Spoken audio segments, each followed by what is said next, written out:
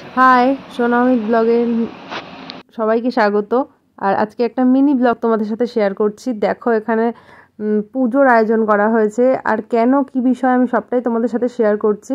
এখানে শিব পুজো করা হচ্ছে, আর চৈত্র মাসের শেষের দিনকে পয়লা বৈশাখের আগের দিন বাবা রাস্তা থেকে যখন আসে, রাস্তার পাশে একটু জঙ্গলের মানে গাছ টাছ আছে, জঙ্গল, সেখানে বাবা দেখতে পায় একটা শিবলিঙ্গ।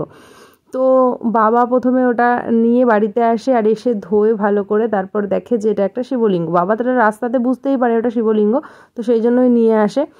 তো তারপরে দেখো, যেহেতু আমাদের ঘরে একজন শিবলিঙ্গ আছে আর তিনি প্রতিষ্ঠা করা শিবলিঙ্গ সিংহাসনে, তাকে নিত্য পুজো করা হয়। তো সেখানে আরেকজনও এসেছেন, তাকে তো কখনোই অবহেলা করা যাবে না। আর সে নিজে নিজেই যেহেতু এসেছে, তো সেখানে মা একই সিংহাসনে দুজনকে রাখবে না। আর পাশে আমাদের একজন ব্রাহ্মণ আছে, তাকেও জিজ্ঞাসা করা হয়েছে, সেও একই কথা বলেছে যে একসাথে একই সিংহাসনে দুজন শিবলিঙ্গকে রাখতে না।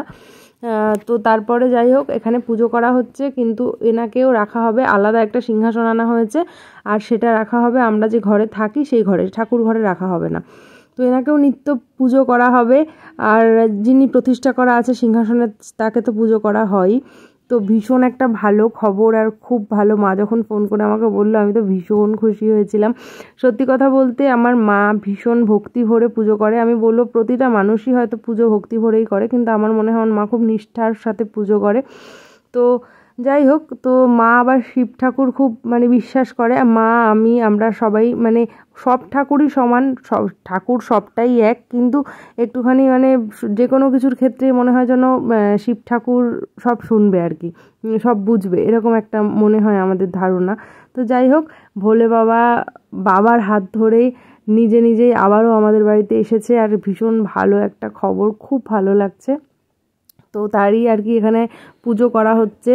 আজকে মা আর কি নতুন সিংহাসন এখানে নিয়ে এসেছে পিতলের, আর নিয়ে এসে আবার এনাকে এখানে পুজো করা হচ্ছে। ইনি এই ঘরেই থাকবেন, ওপরে একটা মানে ব্যবস্থা করা হবে, ওখানটাতে ওনাকে রাখা হবে এভাবেই, আর নিত্য এনাকেও পুজো করা হবে।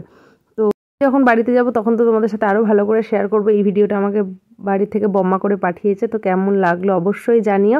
আর আমরা তো ভীষণ খুশি, আমার মাও ভীষণ খুশি।